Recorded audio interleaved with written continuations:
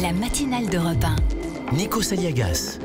Il est 7h10, souriez, c'est l'édito éco avec Région Job. Des milliers d'entreprises recrutent près de chez vous. Retrouvez-les sur regionjob.com. Et l'édito éco, c'est avec Nicolas Barré-Nikos. On attend vos réactions également sur les réseaux sociaux avec le hashtag Europe 1 Nicolas Barré, le directeur de la rédaction du journal Les Échos. Et la question du jour, elle est simple. Faut-il ouvrir les vannes pour éteindre le feu et laisser déraper le déficit public français au-dessus des 3% du PIB?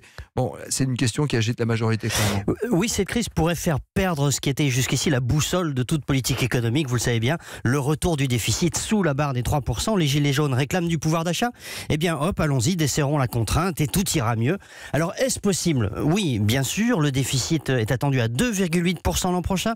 On a donc un tout petit peu de marge et en plus, ce chiffre intègre pour près d'un point un élément qui est exceptionnel, la bascule du CICE en baisse de charges sur les salaires. Donc oui, techniquement, on pourrait laisser filer le déficit pour financer des mesures de sortie de crise sans provoquer une crise majeure avec Bruxelles, même si ça affaiblirait quand même un peu la position française. Pourquoi s'en priver alors? Parce que ce sont les statistiques contre la réalité du quotidien. Eh bien pourquoi s'en priver? Parce que ça ne changerait pas vraiment la donne en matière de pouvoir d'achat et ce serait tromper les gilets jaunes que de leur faire croire que l'État peut réellement améliorer leur sort en dépensant plus. Avec une dette à 100% du PIB, l'État n'a pas de manne à redistribuer, pas plus d'ailleurs qu'il n'a la possibilité de fixer les salaires, sauf à imposer une hausse du SMIC dont on connaît les risques qu'elle comporterait sur l'emploi et les PME.